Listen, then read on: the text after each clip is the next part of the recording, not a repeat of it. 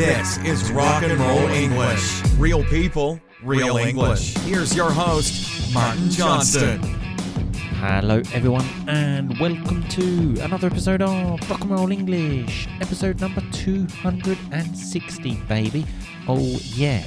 Yes, I do have a bit of a cold, but the episode today, luckily, I recorded about 2 months ago because I knew a stressful period was coming in my life because I have now moved back to the UK, so the podcasts should go back to normal now. But I don't want to complain about my cold or the stressful period in my life because obviously I am a very lucky person because many people in the world at the moment are living a much worse situation than me, and I would imagine than most of us.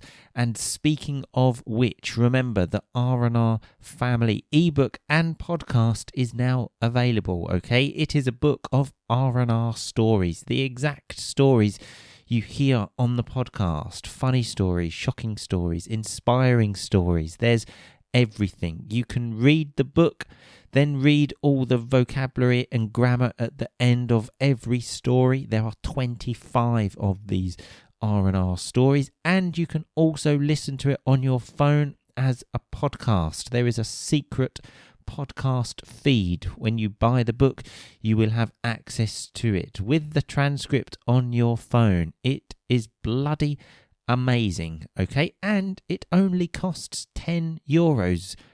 And not only that, the €10 you pay will go directly to families in Ukraine that are having a very difficult time, to say the least. So please, if you haven't already, stop the podcast now and click the link in the notes to this podcast episode on your phone and buy the book to do your bit to help.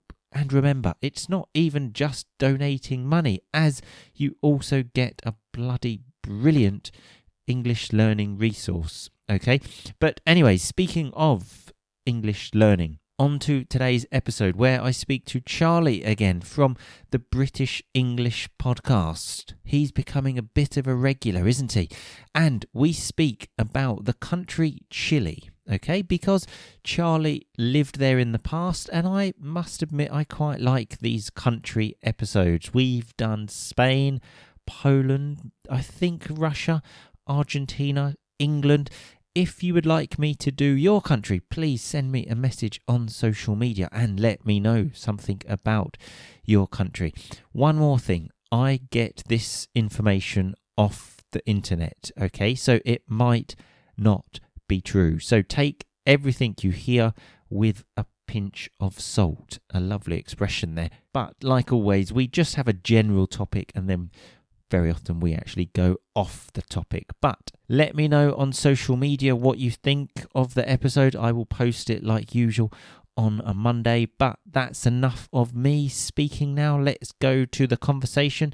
I will talk to you all again at the end. Happy listening. So, hello Charlie, and welcome back again to Rock and Roll English. Thank you very much for having me. Yeah, a pleasure, as always. Absolutely. I think you have actually been on more than some of the normal guests now, which is absolutely crazy. And you might even start getting mentioned in some of these reviews, because I don't know if you know this, but normally at the beginning of an episode of Rock and Roll English, we always have a look at a review, okay? I normally don't read reviews with other guests because I kind of feel a bit uncomfortable, but I think this is a sign of our friendship now developing, Charlie, that I now feel comfortable reading a review with you. I mean, have you heard anything so beautiful in your life? I have not. No, I've heard of people, suggesting for me to be somebody's godfather, but this is another level. I'm not a godfather actually yet. Hopefully, one day. I was about to say that. That is quite. That would have been. Yeah, something to be very proud of. No one's actually asked me. A few of my friends have had kids, and I kind of have been overlooked. I haven't mentioned it, but if anyone's listening, consider me. Okay, I've even got actual father experience now, so I should be able to step right into the godfather role. I'm ready. Okay. Yeah, exactly. So my normal question to people is, do you think we have a review? Because this is part of the show, but I'll be honest, there are times where we don't have a review, but obviously the fact that I'm doing this indicates that we do have one. I don't know if you're aware of this, Charlie, as a fellow podcaster, finding Apple or iTunes reviews is an absolute bloody nightmare. It is, isn't it? Yeah, very tricky. It is an absolute nightmare. And I've recently come across quite a few, actually, that I didn't know existed. In fact, this one's from the 23rd of August, 2019. Okay. It's 5 stars, obviously. Beauty. It says, start with a review. Happy face. And it's from Baris Gansgalma. Okay. As always, apologies for the pronunciation. And it says, hello, Martin. I've been listening to your podcast since last year when I was in Cardiff for my foundation year at university. Now I'm at Trinity College in Dublin. I was extremely bored in Cardiff, like every normal person. Ha ha. Okay. Hopefully no one from Cardiff is listening. But anyway, I remember that many times I drank Strongbow and Brewdog while listening to you before going out as a pre-drink in my rainy room in Cardiff. You are my real virtual friend, smiley face, and I am sure you also drink a beer when you record. Love from Istanbul and Dublin, Baris. Oh, thank you very much for that, Baris. Some interesting questions there. Charlie, do you ever drink whilst recording a podcast? Wow, I love that review. There's a lot to talk about. So we could do a podcast on the review. Yeah, we could.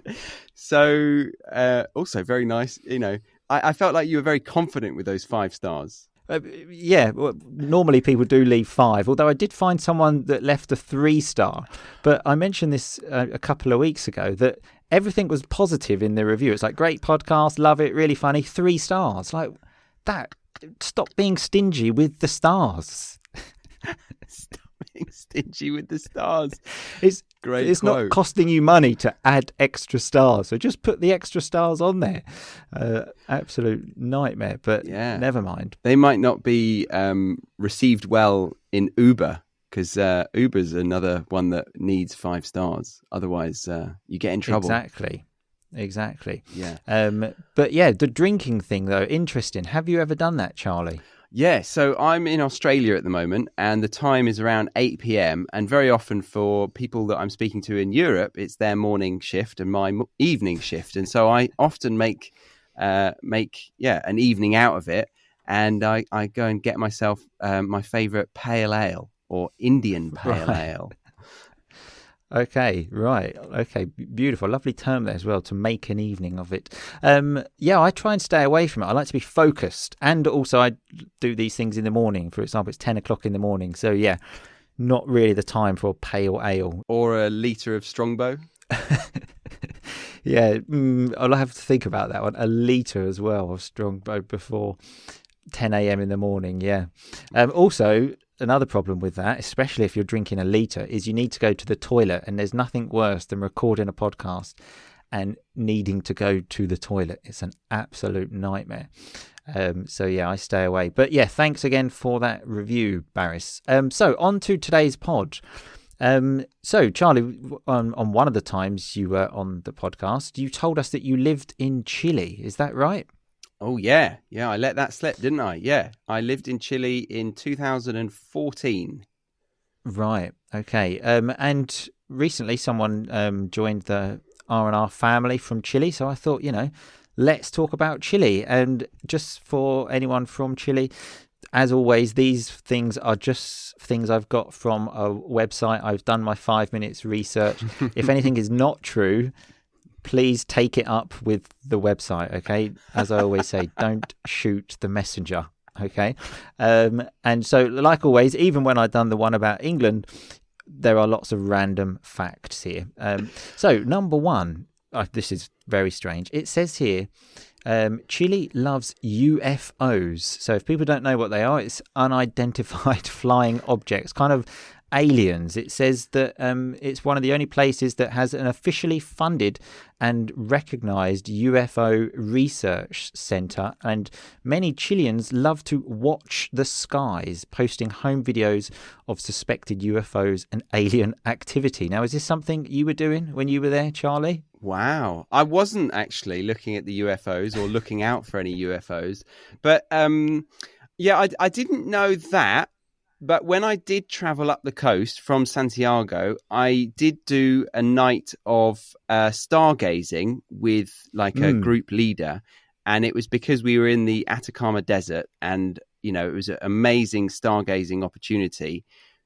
One of the best I've ever seen in the world. Wow. I mean, that is actually pretty interesting. All that was going through my mind, though, when you were telling me that story was when I was at school, actually. And like, I think obviously because of my age, when I had to call people, I was probably about 12 at the time. And I called my friend on the house phone and said, "Hi, can I speak to Mark, please?"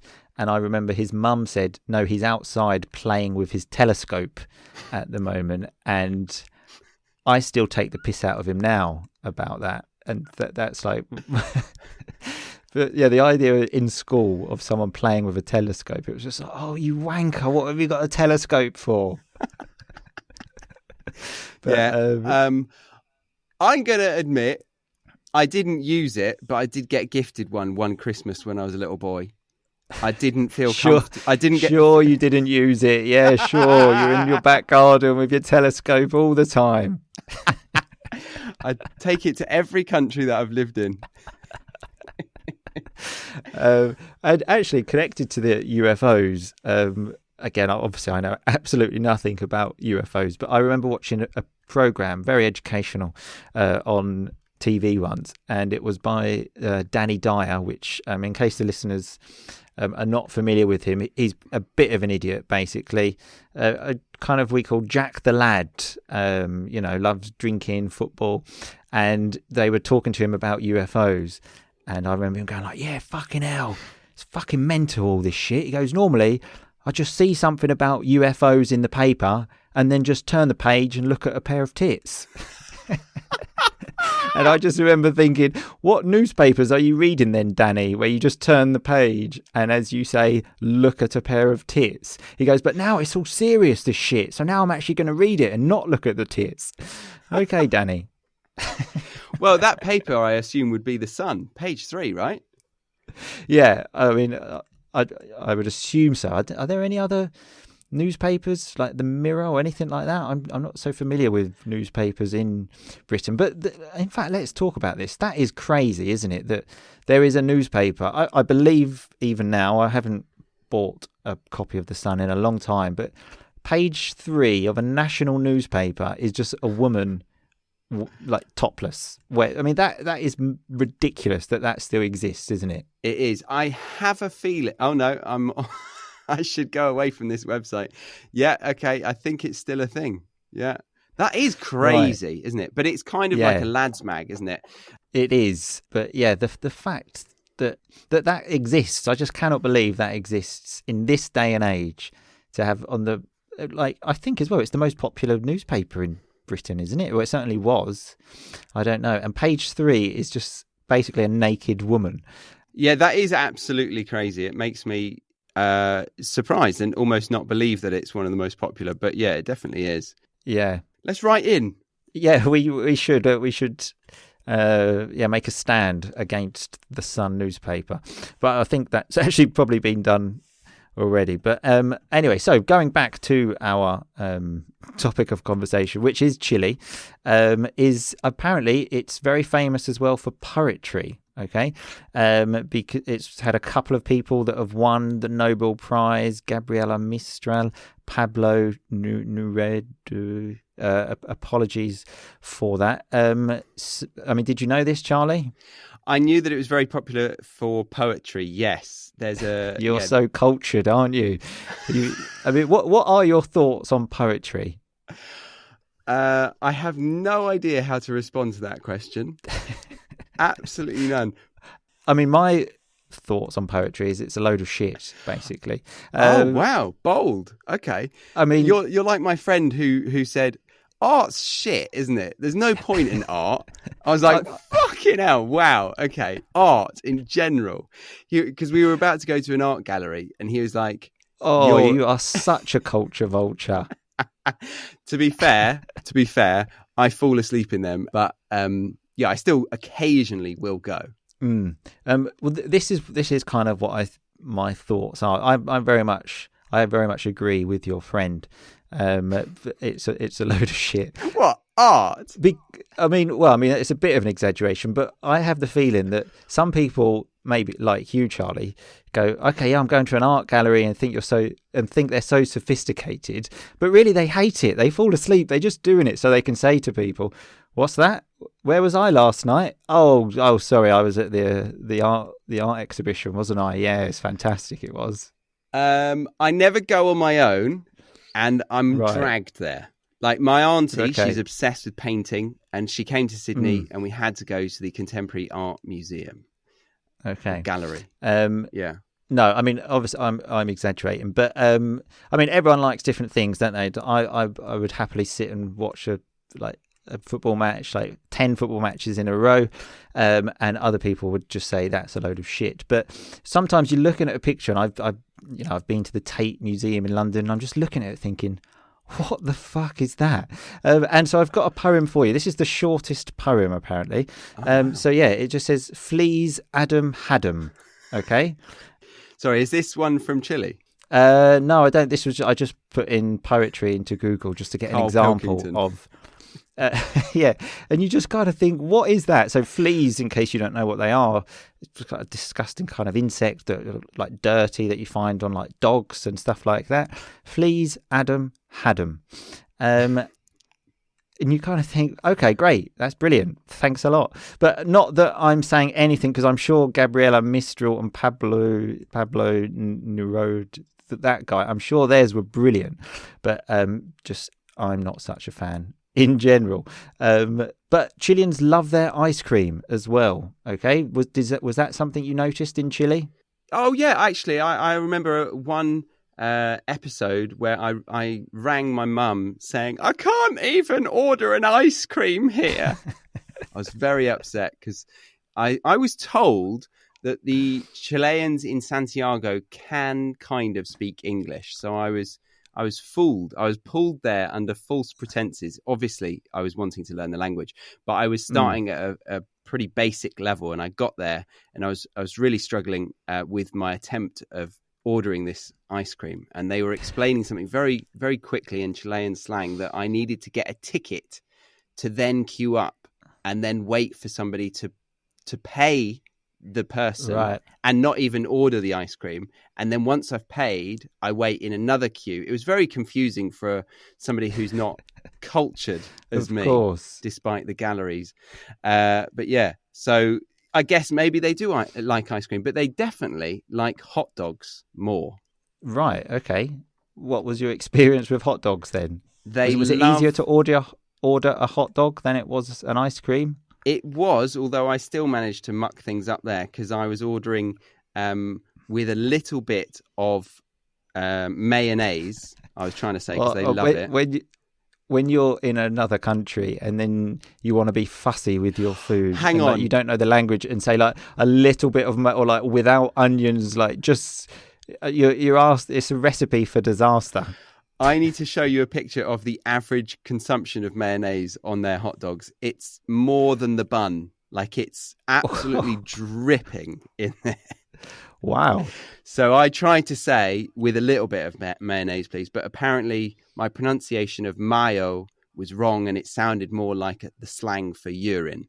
So I was saying, oh, right. Yeah.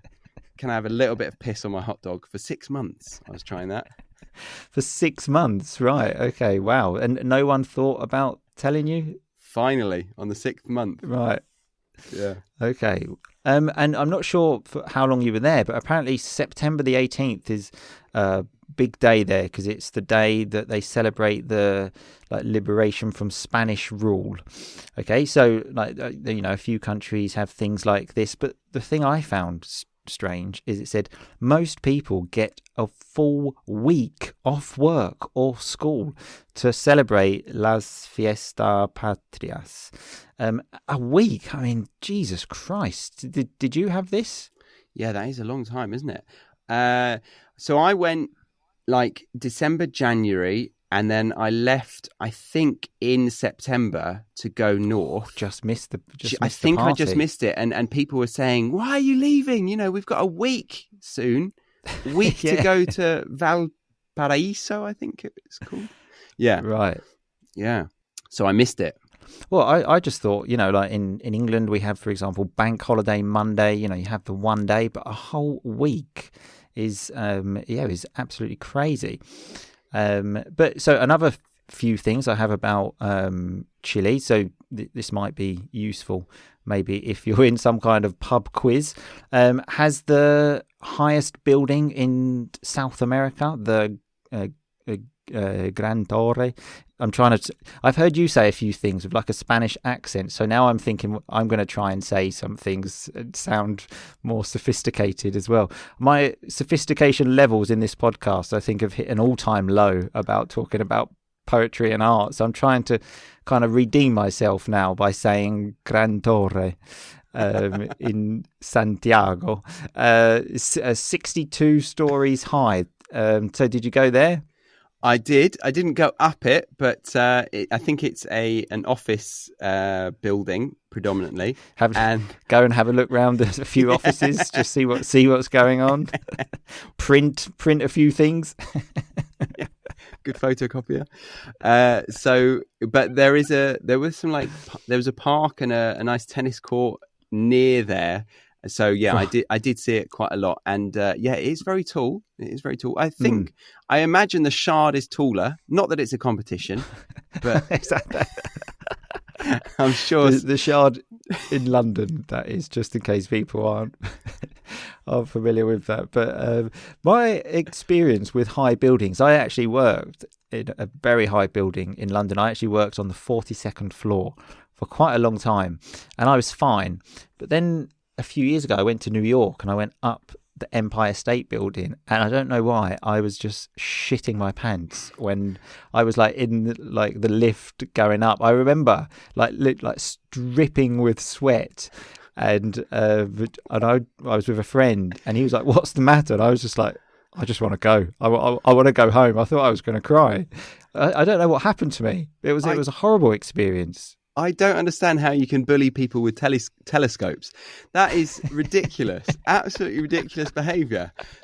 I've been in one of those lifts in the Empire State Building, and it felt the most secure lift I've ever been in. I mean, it was very secure, I must admit, but I think it was connected to, because you're going up so fast, you get a bit of pressure in your ears, don't you? And I don't know what happened. It was kind of just had like a bit of a panic attack. Okay, this is serious stuff. You shouldn't be taking the piss here. Sorry, it was like take it back. I mean, no. I mean, you should. If you were telling me this, I'd be ripping you apart. No, yeah, it was a very embarrassing experience. But so yes, since then I've stayed away from high buildings because just they do their shit, I'll do mine. You've said it, I think, 3 times now, so I'm going to ask you about it. Would you say high building or tall building? I think I say tall building. You know what? I saw this recently in a book and I thought about that. Yeah, I think tall is the correct one, but as I always say, I've taken the rule book, Charlie, and well, I was supposed to put some mayo on it, but I actually put some piss on it. Okay. That's what I've done to the rule book. As long as it was just a little bit of piss, that's good. Just a little bit. So we are going to pick up the rest of that episode in the family area. And for people that are not in the family, just so you know, Charlie actually mentions at the end of the recording how Chile is one of the best countries he has ever visited. And he highly recommends it to everyone, okay? So let's all go to Chile, okay? I want to go. If anyone wants to pay for me to go, just let me know and I will be there in a flash. One also thing that doesn't make sense, but that's kind of what I wanted to say. One thing I wanted to talk about is what we spoke about at the end, tall building, high building. People do make mistakes even when it is your own language. I'm sure you do it in your language, but sometimes you just don't know. And it's because you are often just saying something and you change your mind, like I did then when I said one also thing. That doesn't make any sense. And in the family episode, Charlie and I discuss this and really talk about some of the mistakes that us English people make. But anyway, on to the RnR Vocab. I mentioned that I have been overlooked for the Godfather role. So when you are overlooked, it's when people don't consider you, let's say, and choose someone else. Charlie also used a lovely term when he said he likes to make an evening out of it when he records a podcast. So to make it an event, let's say. He also mentioned that he let it slip, the fact that he lived in Chile. When you let something slip, it's when you often tell a secret when you shouldn't. Obviously, he was using it in a kind of jokingly way. I told him and everyone to take it up with the website if the information is not correct. So to take it up with them, to talk to them. We also had the term Jack the Lad when we spoke about Danny Dyer. If you are Jack the Lad, it's like a real, I'm a boy, I love football, I love drinking, which kind of maybe sounds a bit like me, but I don't consider myself a Jack the Lad. It's not necessarily a good thing, although if someone else was looking at me, maybe that's what they would call me because of my low culture in life. But anyway, we also had the term it's still a thing when we were talking about page 3 of The Sun. It's still a thing. It still exists. And I also said I can't believe that in this day and age that exists. A lovely term, quite easy to understand. And Charlie said, let's write in. So when you write in, you send a message to complain, usually to a big company, newspaper, something like that. We also said, let's make a stand, let's protest. And my opinion on poetry, Charlie said it was a bold opinion. So if something is bold, it's a strong opinion, which admittedly it is. But like I said, I know poetry is good and art is good. I just don't understand it. So for me, in not very eloquent words, it's a load of shit. Just like football is probably a load of shit for people that do like poetry and art. We all like different things. That's why the world is a wonderful place. Charlie also said he was pulled to Chile under false pretenses because he had been told people speak English, he would be okay. So something that is not true. And he also used a lovely term when he said, obviously I was wanting to learn the language. Now, want obviously is a state verb, normally not used in that ing form, but notice how sometimes in colloquial English we actually do. And he said, I managed to muck things up there. So when you muck things up, you mess things up. And we also spoke about being a fussy eater when you want just a bit of mayo. When you are fussy, you say, this no, no thanks, not this. Stop being fussy. And I said it's a recipe for disaster.